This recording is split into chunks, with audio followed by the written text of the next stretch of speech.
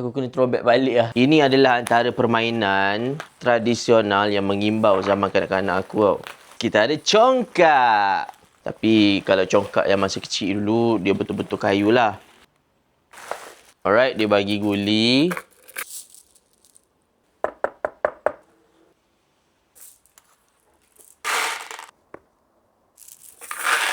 Macam mana dah cara main? Lubang besar ni dipanggil sebagai rumah dan yang lubang kecil ni dipanggil sebagai kampung. Rumah, kampung. So dekat rumah ni kena isi 7 guli tak silap aku. 5, 6, 7. 5, 6, 7. 5, 6, 7. 1, 2, 3, 4, 5, 6, 7. Ni dia punya guli. Kalau korang dapatkan congkak ni, korang boleh dapatkan sekarang dekat link yang aku dah prepare untuk korang, okay? Dia mudah je dan juga fun. Tapi taklah main seorang macam ni. Dia main 2 orang sebenarnya.